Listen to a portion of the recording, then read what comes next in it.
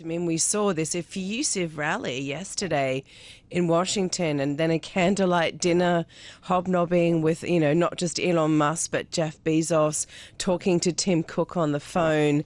I mean, it's really kind of a campaign style moment, if anything, not someone coming into office. And certainly the tone was very much like that. And so even though the inauguration today has to be held indoors due to the very, very cold weather, that's the first time in decades, there's a real sense of difference, as you were noting. Like the last time Donald Trump, had this moment, he was, having lost office in a failed attempt to, his critics say, to overturn the election result, now being welcomed back to Washington in this very, very kind of rah-rah sort of rally yesterday. And certainly we're going to see more of that festivities today.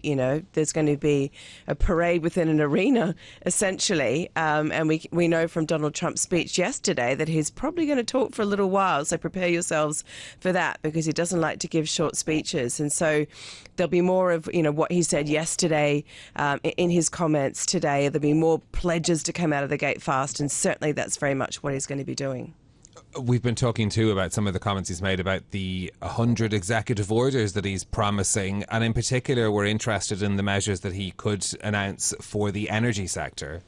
Well, that's right. So we know there's going to be dozens and dozens of executive orders announced, ranging over everything from immigration. That's going to be a big focus from day one. And as you were saying, a report that we've had, that he's going to declare an emergency over energy. Exactly what the emergency is unclear.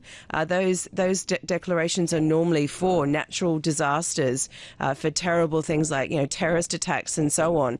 So what exactly does that mean? And what does that enable him to do? He's probably also going to declare an emergency over the border with Mexico in turn. What it does show is just he's going to try very quickly to bring back some of his old policies and also unwind the legacy of the Joe Biden administration. On the energy side, that's really about encouraging fossil fuels and allowing drilling again in certain areas of federal land, for example, pushing against the Biden agenda on that front.